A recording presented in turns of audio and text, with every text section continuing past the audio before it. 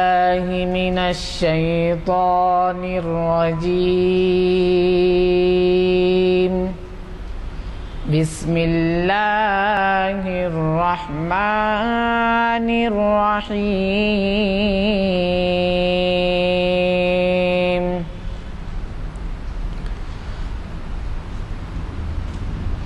قل أعوذ برب الناس ملك الناس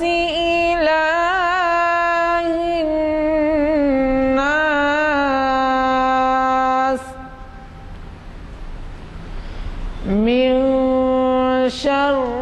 الوسواس الخناس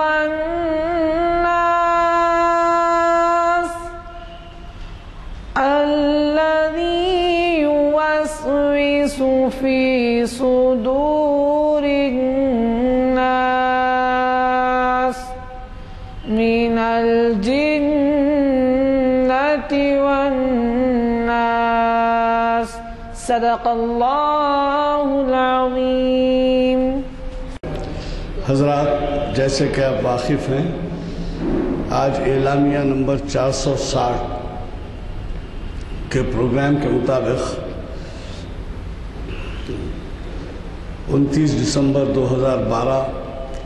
مطابق 15 صفر 1434 ہجری بعد نماز عصر بروز ہفتہ ہمیں آپ کے جانے پہچانے مقرر پروفیسر سید جہانگیر صاحب کانفرنس ہال جامع مسجد عالیہ گن فاؤنڈری میں تاریخ اسلام کی 519ویں نشست کو مخاطب کر رہے ہیں، اور ان کا عنوان ہے جھنڈے کی اہمیت، تاریخی پس منظر. یہ مقرر صاحب کا ہی عنوان کا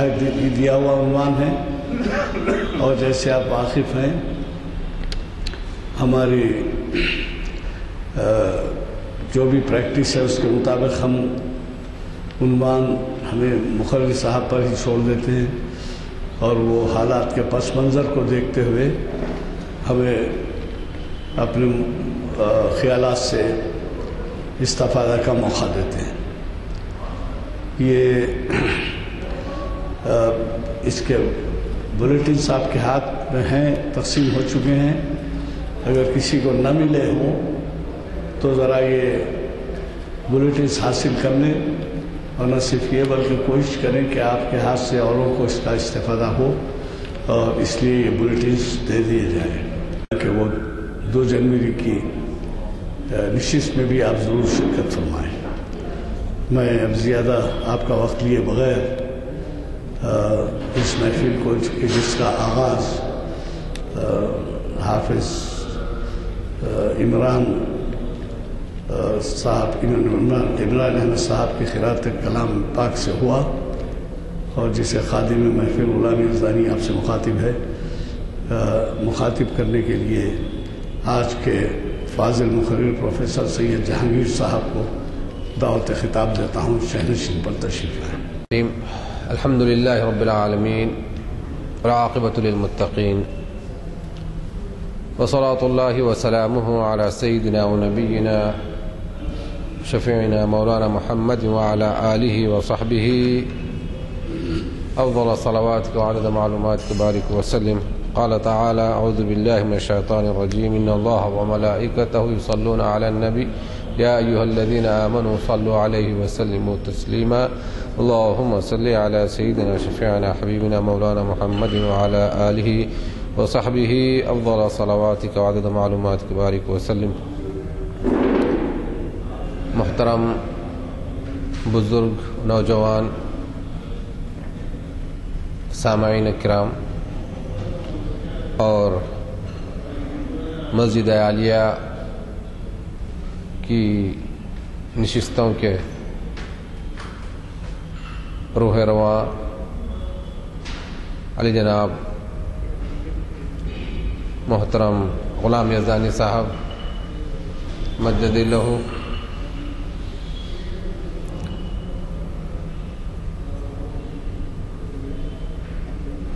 اللہ تبارک و تعالیٰ کا بڑا فضل و احسان ہے کہ رب تعالیٰ آپ کو اور ہمیں مسلم گھرانوں میں پیدا فرما کر اتنا بڑا احسان فرمایا اور اتنی بڑی آزمائش سے بچا لیا. اس آزمائش کو وہی جان سکتے ہیں، سمجھ سکتے ہیں، محسوس کر سکتے ہیں جو اپنی رب تعالیٰ کی توفیق،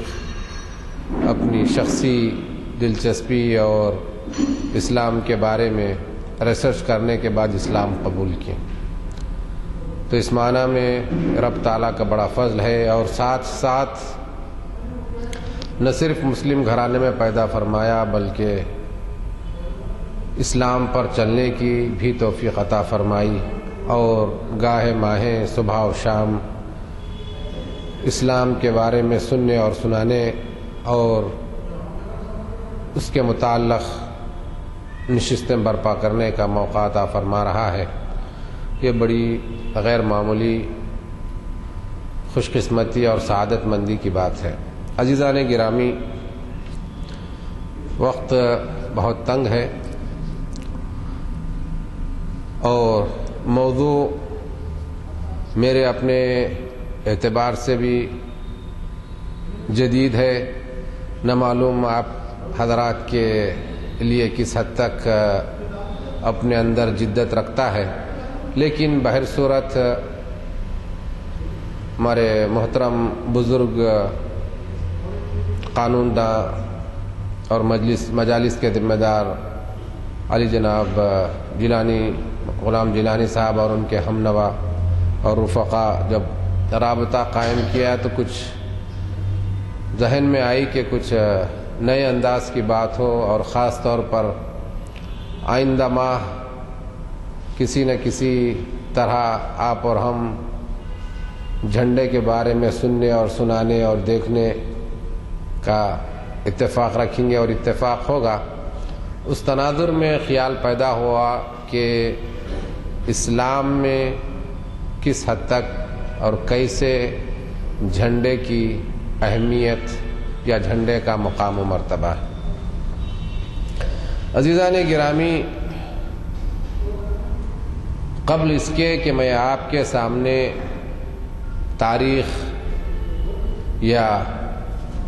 اس روئے زمین پر جب سے انسان بسا ہے اور بسنے لگا ہے اس کے تناظر میں جھنڈے کے بارے میں اپنی گفتگو کا آغاز کروں، کیوں کہ ہماری یہ نشستیں ہمیشہ اسلام کے نام سے اور اسلام سے معنون ہے،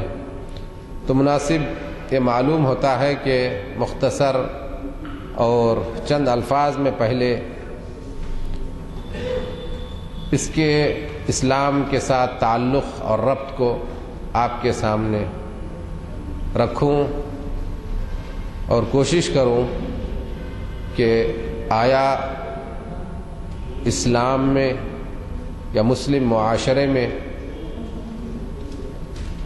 مسلم حکومتوں میں واقعی اس جھنڈے کی کوئی اہمیت بھی ہے یا کوئی اس کا تصور بھی پایا جاتا ہے یا نہیں، اور تصور پایا جاتا ہے تو کس حد تک، کیسے شریعت کا اس سلسلے میں کیا حکم ہے، اور خاص طور پر آخر میں یہ بتلانے کی کوشش کروں گا کہ آج کے عالمی معاشرے میں جھنڈے کو سلوٹ کرنا یا جھنڈے کے احترام میں کھڑے ہونا، اس کو اسلام کس آنکھ سے دیکھتا ہے اور اسلام ہماری اس سلسلے میں کیا رہنمائی کرتا ہے. کیا اگر ہم ایسا کوئی کام کرتے ہیں تو کیا کہیں اسلام کی خلاف ورزی تو نہیں کر رہے ہیں یا اسلام کے دائرے میں رہ کر ہی ہم اپنے یہ کام کر رہے ہیں. تو ان تمام باتیں انشاءاللہ کوشش کی جائے کہ آپ کے سامنے رکھی جائے. عزیزان گرامی، جھنڈے سے متعلق لکھنے اور بولنے والے خود یہ کہنے پہ مجبور ہیں کہ اس موضوع کے بارے میں گفتگو کرنا بڑا دلچسپ ہے، لیکن موضوع سے متعلق مواد اکٹھا کرنا، پھر اس کے بعد معاشرے کے سامنے رکھنا اس سے زیادہ کٹھن ہے. بہر صورت ہمارے بزرگ محترم کی یوں سمجھے کہ ہمت افزائی، یا یوں سمجھے کہ ہاں اس پر گفتگو ہونی چاہیے. واقعی موضوع اپنے اندر جدت کو لیے ہوا ہے. کسی نہ کسی طرح بہرحال اس موضوع پر گفتگو اور لب کشائی کی جسارت کی جائے، اور اگر اس کے بعد اور حضرات کو دلچسپی ہو تو اور زیادہ سے زیادہ معلومات فراہم کر سکیں. بہرحال ان چند تمہیدی کلمات کے بعد میں اپنی گفتگو کو آگے بڑھاتا ہوں اور آپ سے عرض کرتا ہوں، سب سے پہلے اسلام میں جھنڈے کی واقعی اہمیت ہے، اور اس کا رواج بھی بڑی گہرائی اور بڑی وسعت کے ساتھ انجام پایا ہے. سب سے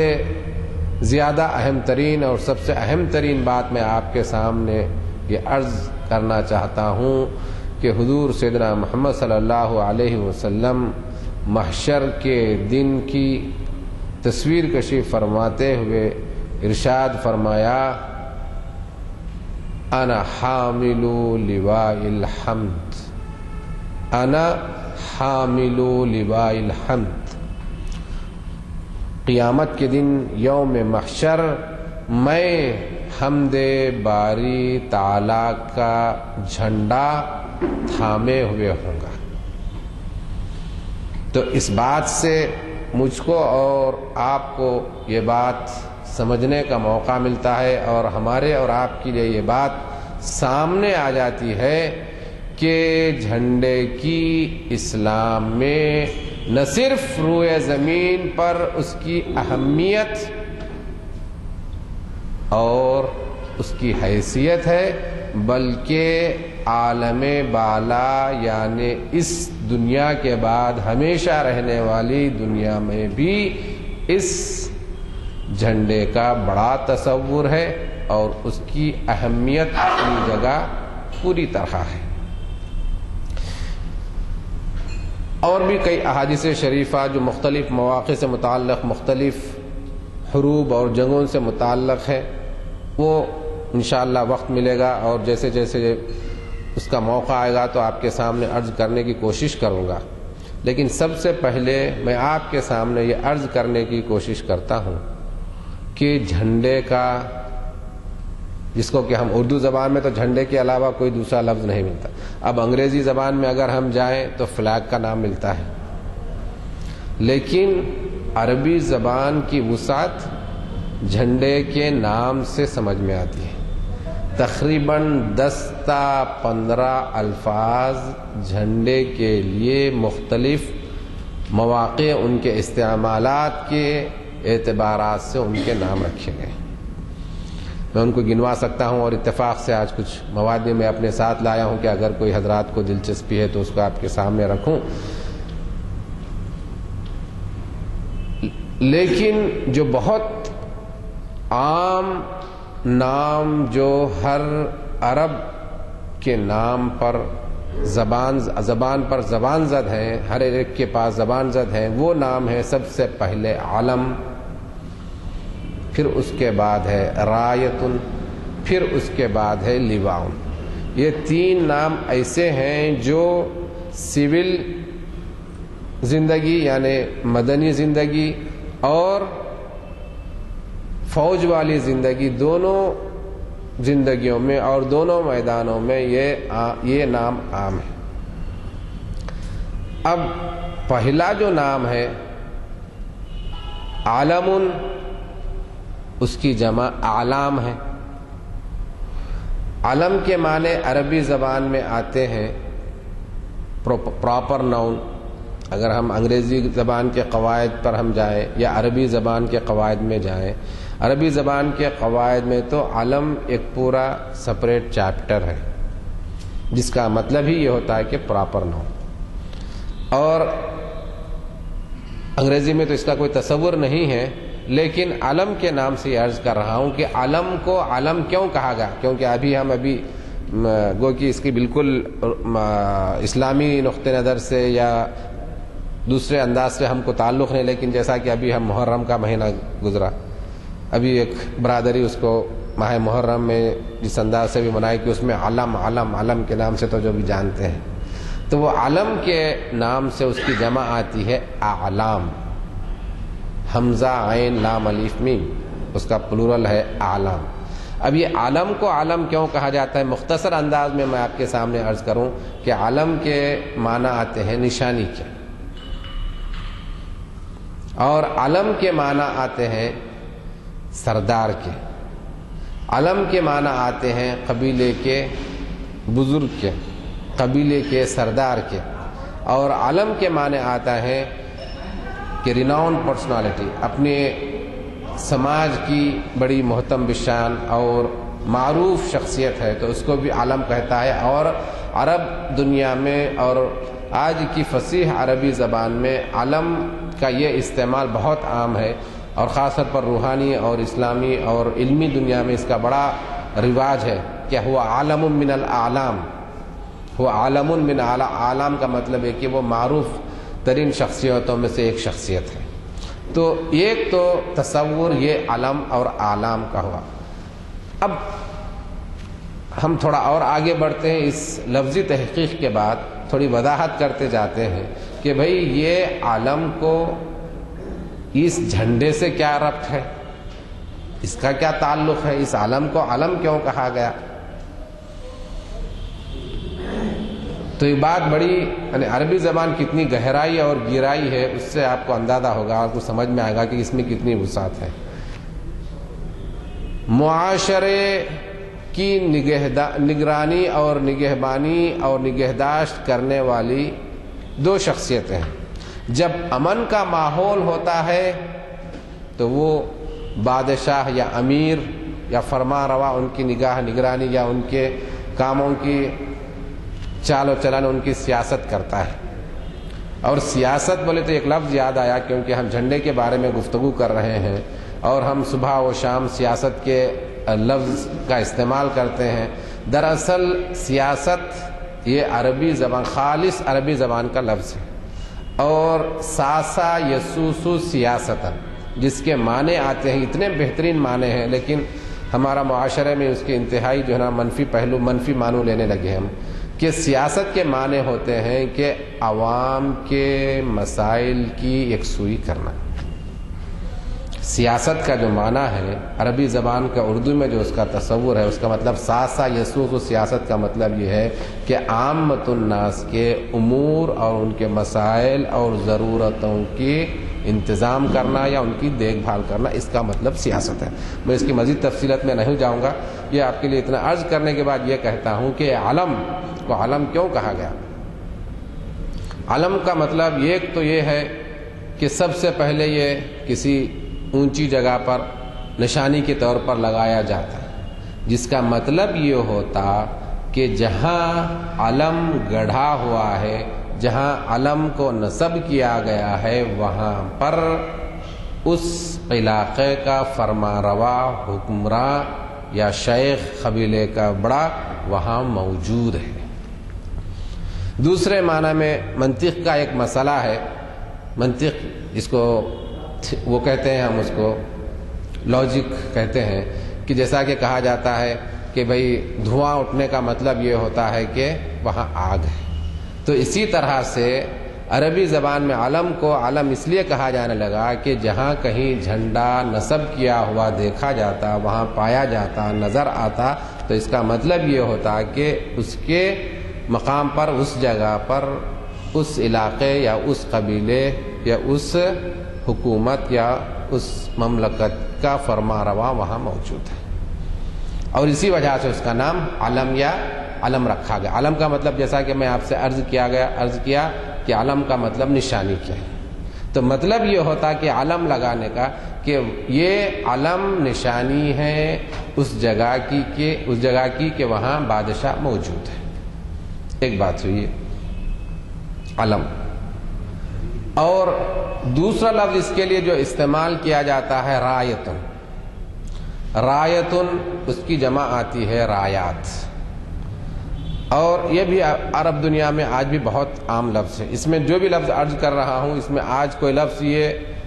ویگ یا کوئی غیر مستعمل نہیں ہے، بلکہ یہی الفاظ استعمال ہیں، اس کے علاوہ کوئی اور دوسرے الفاظ نہیں۔ اور میں جیسا کہ آپ سے عرض کیا کہ اور 10-15 الفاظ اس کے لیے استعمال ہوتے ہیں، لیکن ان میں سب سے کثیر الاستعمال اور سب سے زیادہ رائج بلکہ ٹرمنالوجی اور اصطلاحات میں جو اس وقت چال و چلن ہے یہی 3-4 الفاظ کا استعمال ہے۔ تو رایتن کی جمع آتی ہے رایات،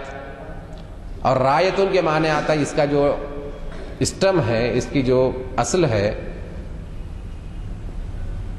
ٹریلیٹرل ورب جس کو عربی زبان میں کہا جاتا ہے، 6 حرفی کلمہ جس کو کہا جاتا ہے، وہ ہے را یرا رائن، اور اس کی جمع آتی ہے رایات۔ تو اس کا مطلب ہوتا ہے دیکھنا، ملاحظہ کرنا۔ تو رایتن یعنی جھنڈے کو رایتن اس وجہ سے کہا گیا کیونکہ جھنڈے کا ہونا اس بات کو بتلاتا کہ وہاں پر اس وقت مملکت یا حکومت کا فرما روا وہاں موجود ہے، اور وہ اس بات کو بتلاتا ہے۔ یہ رایتن بھی ہوا اور ایک علمن ہوا۔ اب تیسرا لفظ ہے جو اپنے اندر 2 معنی کو لیے ہوئے ہیں، اور اس سے گہرائی کا اندازہ ہوگا، اور اس کو اندازہ ہوگا کہ آپ کو اسلام میں کیسے اس کا استعمال ہے۔ ایک لفظ ہے لیواؤن،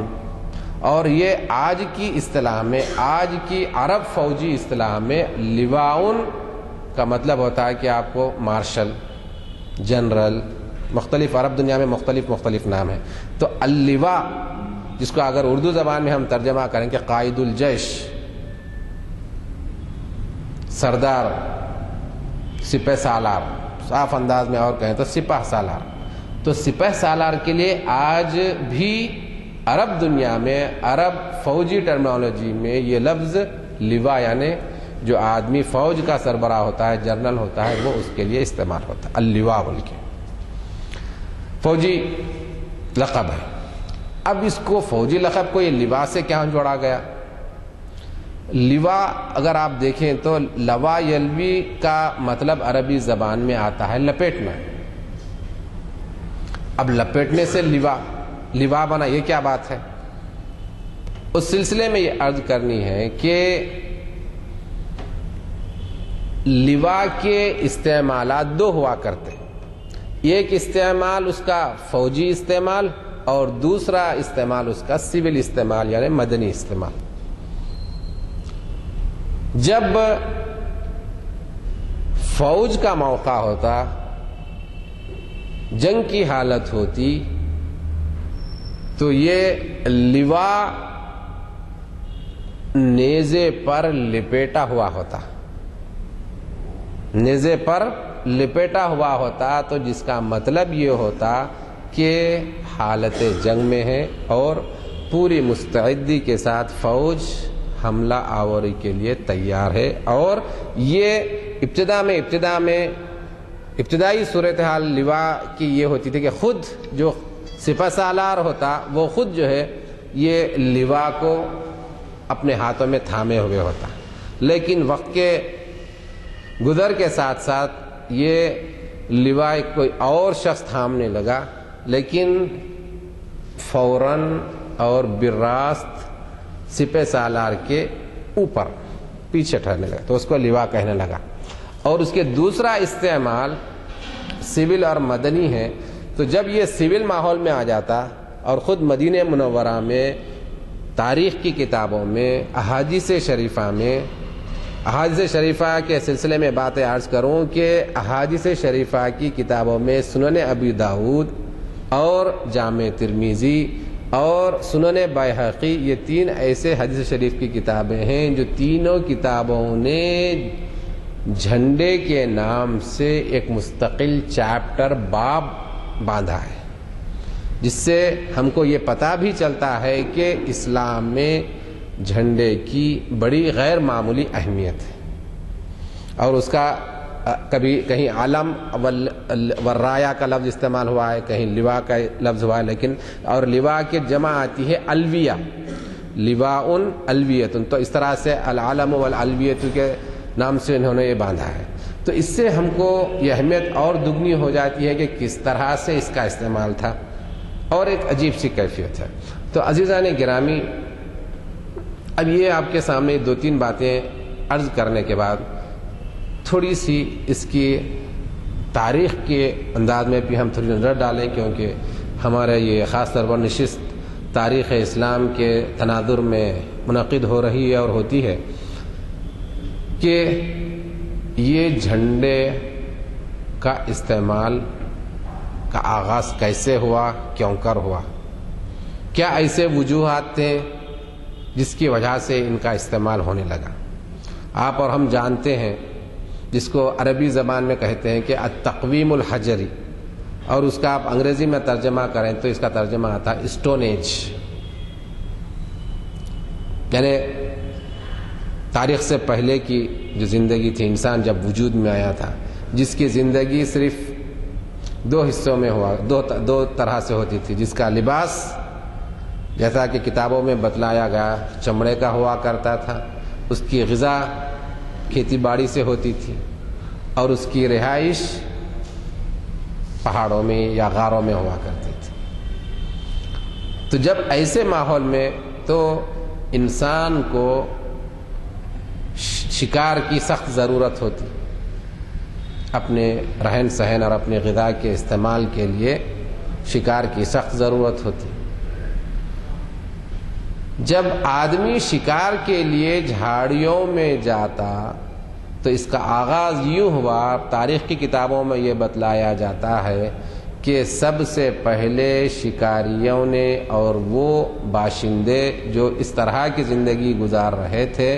وہ اپنی موجودگی، اپنے اہل خاندان کو، اپنے ہم جنسوں کو اپنے وجود کے بارے میں بتلانے کے لیے کسی مقام پر بھیڑیوں کے دموں کو اونچا کر کر لٹکا دیا کرتے تھے، جس کا مطلب یہ ہوتا کہ ہمارا یہاں وجود ہے، ہمارے یہ موجودگی کی نشانی ہے، اگر کسی کو ہماری تلاش ہو یا ہماری ضرورت ہو یا ہم سے ملاقات کرنا ہو تو وہ یہاں آ جائیں اور وہاں ٹھہر جائیں تو ان سے ملاقات ہو جاتی۔ تو اس طرح کا آغاز ہوا۔ اس طرح کے آغاز کے بعد دوسرا مرحلہ جو آتا ہے، آپ جانتے ہیں کہ روئے زمین پر مورخین نے جو انسان کی تاریخ بتلائی کہ سب سے قدیم ترین جو باشندے اس دنیا میں بسنے والے ہیں، ویسے اگر مجھ سے آپ پوچھیں تاریخ کی روشنی میں انسان سب سے پہلے کہیں اگر بسا ہے اور حدیث شریف کی روشنی میں تو وہ ہندوستان، اور ہندوستان سے بھی پہلے سرندیپ، جس کو آج کل آپ اور ہم سرندیپ یعنی سری لنکا کے نام سے جانتے ہیں، کیونکہ یہ بات تو طے ہے کہ حضرت سیدنا آدم علیہ السلام جنت سے دنیا پر بھیجے گئے۔ تو احادیث شریفہ میں، تاریخ کی کتابوں میں یہ بات واضح طور پر موجود ہے کہ حضرت سیدنا آدم علیہ السلام سب سے پہلے ہندوستان کی سرزمین یعنی سرندیپ پر تشریف لائے، اور میں بعض سری لنکا کے باشندوں سے جو ہمارے اسکالرس آئے تھے ان سے میں دریافت کیا تو انہوں نے کہا کہ ہاں، آج بھی سری لنکا میں ایک ایسا پہاڑ ہے جہاں لوگ جاتے ہیں، اور اس سے قبل میں تاریخ کی کتابوں میں یہ پڑھا تھا کہ عرب لوگ حضرت سیدنا آدم علیہ السلام کے قدم مبارک کی زیارت کے لیے سرندیپ کا سفر کیا کرتے تھے۔ اس طرح سے ہندوستان کے سب سے قدیم ترین تعلقات اگر کسی علاقے کے باشندوں سے ہیں تو وہ عرب دنیا سے۔ جزیرے عرب سے ہے۔ تو بہر صورت جو میں بات عرض کرنا چاہ رہا تھا کہ جو سب سے قدیم ترین جو انسان بسے، جیسا کہ مصری لوگ یہ دعویٰ کرتے ہیں کہ سب سے زیادہ قدیم ترین تہذیب اگر روئے زمین پر کسی کی ہے تو وہ ہے مصری، اور اس کے بعد چین اور اس کے بعد ہندوستان۔ تو بہرحال وقت کے آگے پیچھے کا تصور کرتے ہوئے ہم دنیا کی قدیم ترین تہذیبوں کے بارے میں اگر جاننا چاہیں تو وہ ہے ہندوستانی، پھر اس کے بعد چینی، پھر اسی طرح سے مصری تہذیب ہے۔ تو اس کے بعد جو جھنڈوں کا استعمال ہونے لگا، لوا یا رایا یا علم یا فلیگ کا استعمال ہونے لگا، تو وہ مصری قوم کی جانب سے ہے، اور مصر کی قدیم ترین قوم آپ جانتے ہیں کہ جن کو فرعون کہا جاتا ہے، وہ لوگوں کے پاس جو استعمال جھنڈوں کا ہونے لگا کہ وہ لوگ اس طرح کی کوئی میٹلک چیز استعمال کیا کرتے جس کی کا سر مڑا ہوا ہوتا اور اس پر کئی قسم کے تصویریں ہوتی، کیونکہ ہم بھی دیکھے ہیں اہرامات، اور ہم بھی مصر کے وہاں کے میوزیمز میں دیکھے ہیں تو ان کے پاس رنگوں کا بڑا غیر معمولی اور خوبی سے استعمال ہوا ہے۔ ہم یہ سمجھنے کی ضرورت نہیں کہ کیا رنگوں کا استعمال تھا، کیا بالکل آپ یہاں سے آپ جو ہے نا ایلورا ایجنٹا کے غار کا آپ دیکھیے، جس سے اسلام سے آج 2000 سے پہلے کی جو تہذیب ہے، وہاں پر رنگوں کا پوری طور پر استعمال ہے۔ احادیث شریفہ میں، تاریخ کی کتابوں میں، اسلام میں بھی پوری طرح یہ موجود ہے کہ نورس، جس سے جو ہے نا پیلا رنگ استعمال لیا جاتا تھا، اس طرح سے، اور کالا رنگ بھی اس وقت جو ہے نا بڑی خوبی اور پوری مہارت کے ساتھ استعمال کیا جاتا تھا۔ اس کی بڑی طویل تاریخ ہے، میں اس دوران میں آپ سے عرض نہیں کر سکتا۔ تو یہ مصر کے لوگ یہاں پر اس کے بعد استعمال ہونے لگے۔ مصر کے بعد پھر بابلیون جو ہے نا، جیسا کہ آپ جانتے ہیں کہ عراق کے لوگ، جہاں کے قرآن مجید میں جن کا ذکر آیا ہے ببابل ہاروت و ماروت، کہ اللہ تبارک و تعالیٰ جو ہے نا آسمانوں سے دو فرشتوں کو، ہاروت اور ماروت کو جو یہاں روانہ فرمایا تھا، وہ بابل کے مقام پہ، اور بابل کا شہر آج بھی ہم کو جو ہے نا نظارہ کی دعوت دیتا ہے، اور مصری اور عراقی لوگ اس پر بڑے فخر کرتے ہیں کہ ہم قدیم ترین تہذیب کے مالک ہیں، اور سب سے پہلی تہذیب ہے، بلکہ خط و کتابت کے لحاظ سے الخط المسماری، یا جو نیل جو ہے نا، جس کو آپ جو ہے نا کیلوں جیسی تحریر کہا جاتا ہے کہ اس کا وجود وہیں سے ہوا کہا جاتا ہے، بتلایا جاتا ہے، تو وہ وہاں سے آغاز ہے۔ پھر اس کے بعد بابلیوں نے جو ہے نا اس کا جھنڈوں کا استعمال کیا۔ پھر اس کے بعد اسی طرح سے آپ اتر آ جائیں آئشوریون میں، اور یہ مختلف ہیں ان کے جو انداز کے استعمالات ہیں، کچھ کوئی رنگوں وغیرہ کے بغیر جو ہے نا کوئی اس طرح کی دھاتوں کا استعمال تھا، کیونکہ دھاتوں کے بارے میں آپ جانتے ہیں کہ ہم جو ہے نا حضرت سیدنا داؤد علیہ السلام کے بارے میں قرآن مجید میں یہ واضح طور پر ذکر ہے، وَعَلَنَّا لَهُ الْحَدِيدِ، کہ ہم نے ان کے لیے جو ہے نا لوہے کو جو ہے نا بالکل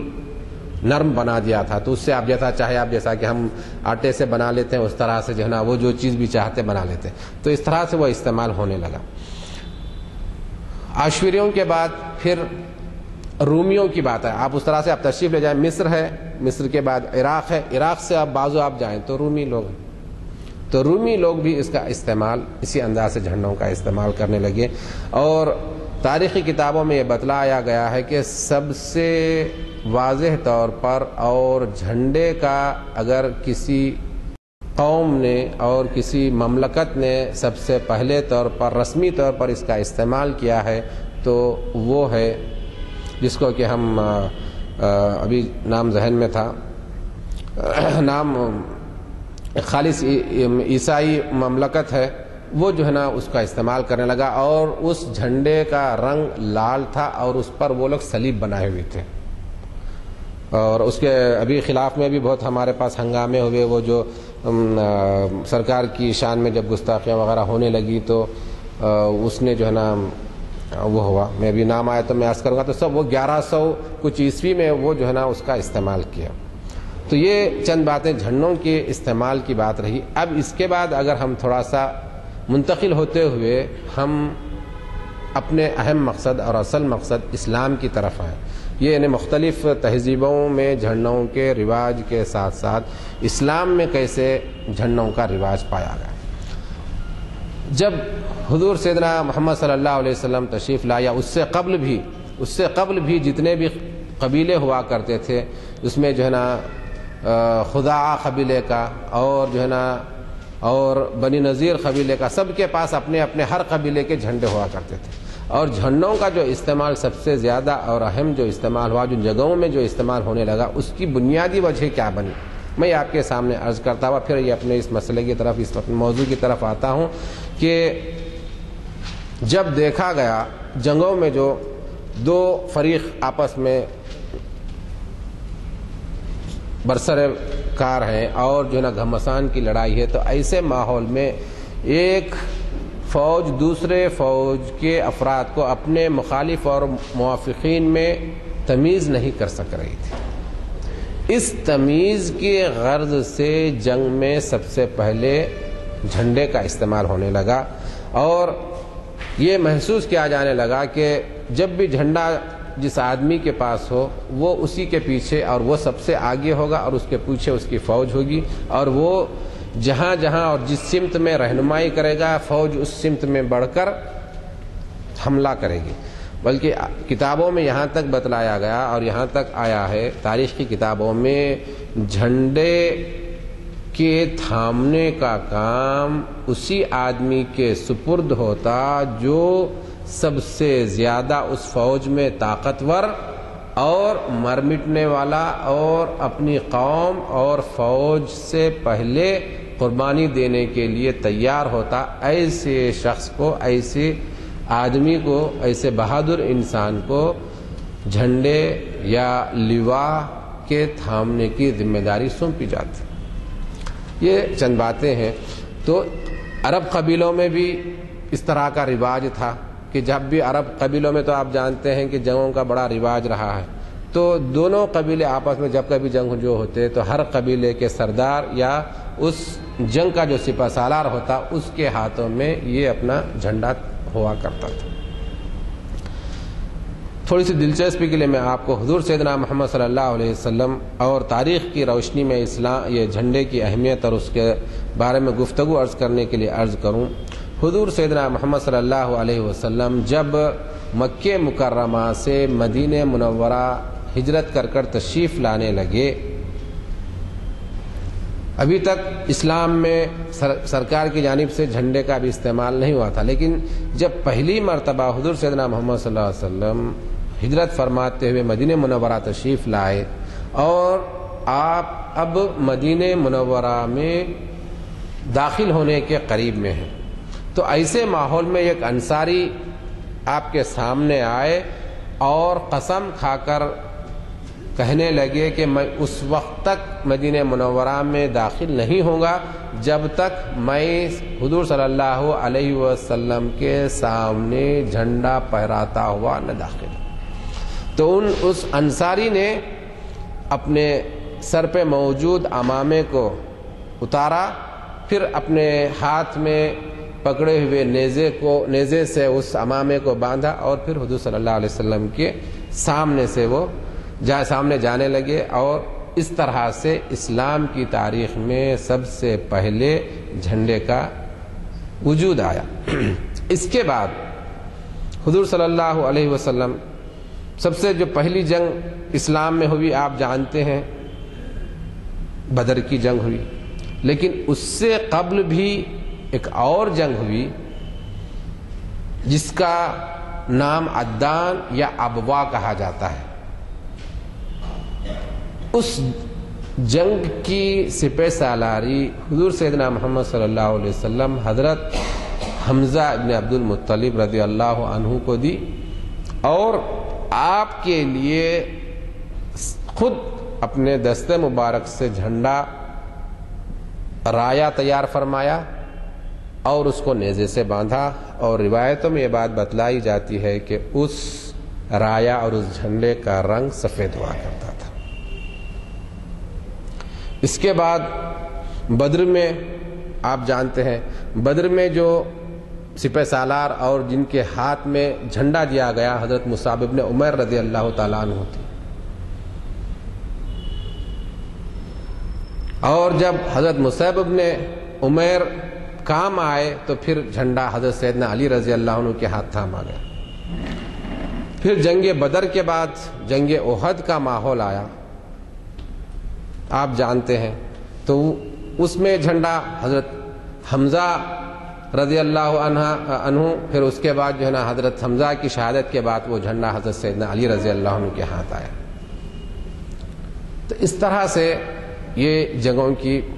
مختلف روایتیں آتی رہتی ہیں، یعنی سفید جھنڈا بھی دیا. اور بعض روایتوں میں یہ بھی آتا ہے کہ کالا جھنڈا بھی استعمال کیا گیا. کالے جھنڈے کی بڑی وجہ تسمیہ بدلی گئی، آج بھی بتلائی جاتی ہے. سفید جھنڈے کے بارے میں تو آج بھی یہ رواج ہے، اور یہ آج بھی یہ ایک سوسائٹی میں بات عام ہے کہ سفید کا مطلب یہ ہے کہ امن. اور جنگ کی جانب سے، جنگ کے دوران اگر کوئی سفید جھنڈے کو اٹھا دے اور تھام لے تو اس کا مطلب یہ ہے کہ وہ سرنڈر ہو گئے ہیں اور وہ سامنے والے سے صلح کرنا چاہتے ہیں. یہ آج بھی ماحول میں، اور یہ اس سابق سے، اس زمانے سے موجود ہے. لیکن کالے رنگ کے جھنڈے کا بھی رواج ہے، اور کالے رنگ کے جھنڈے کے بارے میں بتلایا جاتا ہے، اور خود حضرت سیدنا علی رضی اللہ عنہ تعالیٰ کے جھنڈے کا رنگ بھی کالا تھا، اور اس کے بارے میں بتلایا جاتا ہے کہ کالا جھنڈا قوت اور شجاعت کی نشانی ہے. تو جھنڈے کی اہمیت کو اور مزید ہم واضح کرتے ہوئے تھوڑا اور آگے بڑھتے ہیں کہ کئی جنگیں تو ہوئی، جنگ بدر ہوئی، جنگ احد ہوئی. اس طرح کے جنگیں خود مدینہ منورہ میں حضور سیدنا محمد صلی اللہ علیہ وسلم یہودیوں کے ساتھ لڑی. بنی قینقاع ہے، بنو نذیر ہے، ایسے دو بڑے بڑے قبیلے تھے جن کے کئی قلعے مدینہ منورہ میں تھے. حضور سیدنا محمد صلی اللہ علیہ وسلم باوجود ان کو پوری امن اور شانتی سے رکھنے کی ہدایت دینے اور پوری طرح سے سہولیات فراہم کرنے کے باوجود وہ ہمیشہ مسلمانوں کے ساتھ جو ہے نا دھوکہ اور ان کو جو ہے نا کسی نہ کسی طرح ان کے خلاف جو ہے نا سازشیں اور رنجشیں رچا کرتے تھے. تو جب حضور صلی اللہ علیہ وسلم یہ بنو قینقاع اور بنی نذیر کے خلاف بھی جب جنگ فرمائی تو ایسے ماحول میں بھی جو آپ نے جھنڈے تھمائے تو وہ بھی ان کا رنگ سفید بتلایا جاتا ہے. اب اس کے بعد تھوڑا اور آگے ایک بہت اہم ترین بات میں جو بات آپ کے عرض کرتا ہوں اور لے جاتا ہوں، جس سے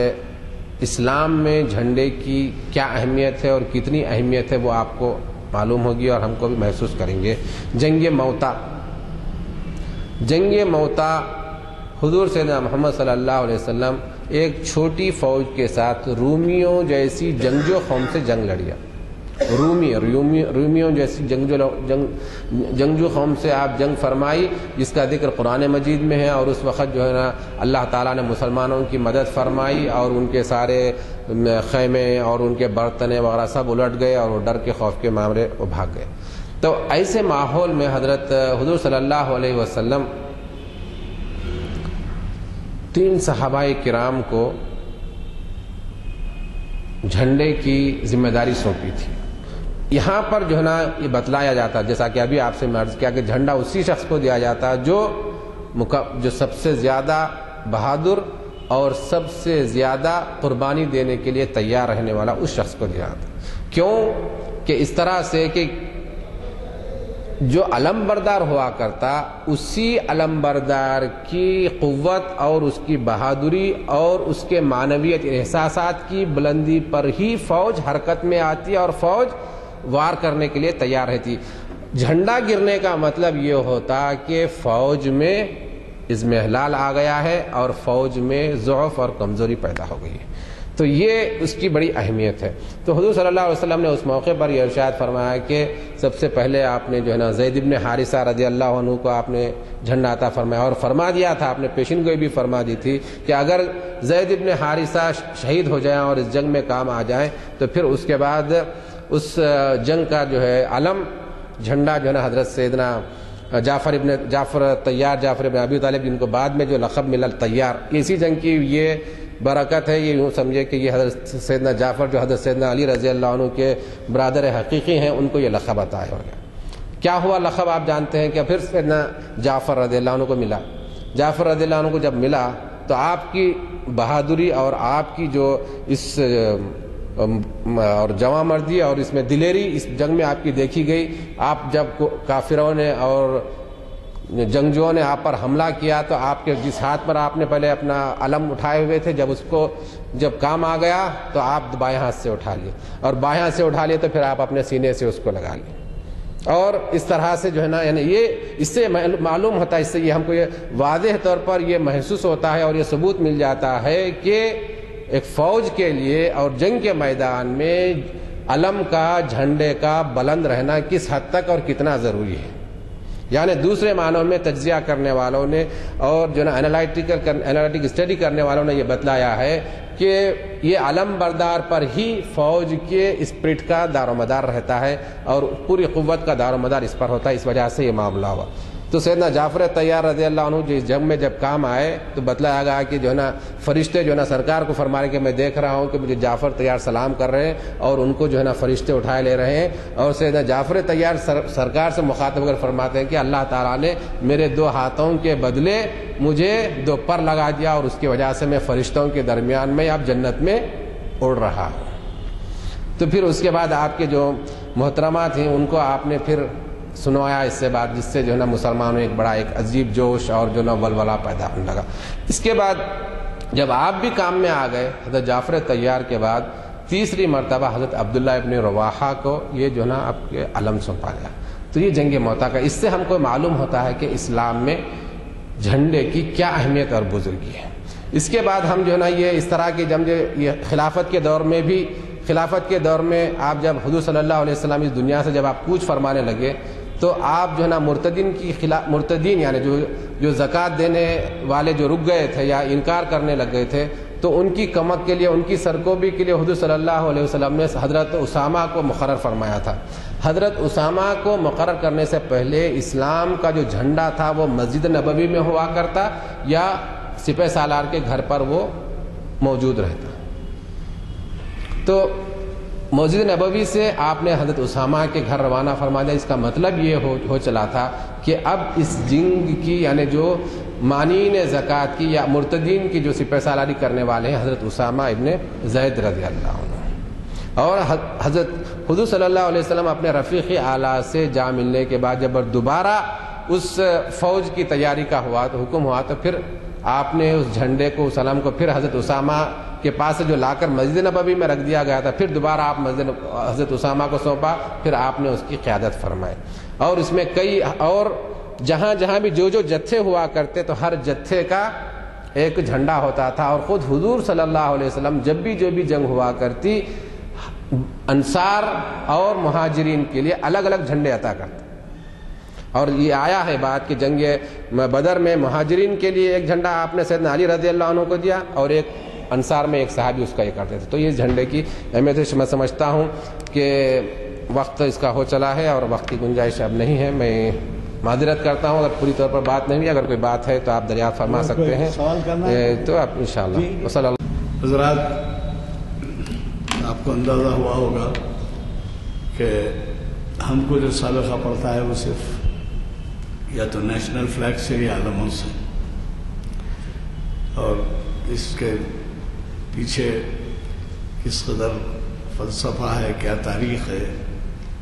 اور کیا کیا سبق میں ملتے ہیں وہ آپ نے سماعت فرمایا. ہم مشکور ہیں ہمارے مخرج صاحب کے کہ انہوں نے اتنی دلجوئی سے ایسے خطاب کو جو ہماری اچھی طرح سے سمجھ میں آ سکتا ہے بیان فرمایا. اور اللہ تعالیٰ کا شکر ہے کہ ایسی محفل میں جس کو کہ عبادت کا درجہ حاصل ہے ہمیں ایک ایسے تاریخی پس منظر سے واقف ہونے کا موقع ملا جس سے یقینی ہم سب اس سے استفادہ کر سکتے ہیں. میں اس سے پہلے ہی اگلے پروگرام کا اعلان کر چکا ہوں کہ آپ کے سامنے اگر آپ کو نہ ملا ہو تو آپ لے لیں. بلیٹنز آ گئے ہیں.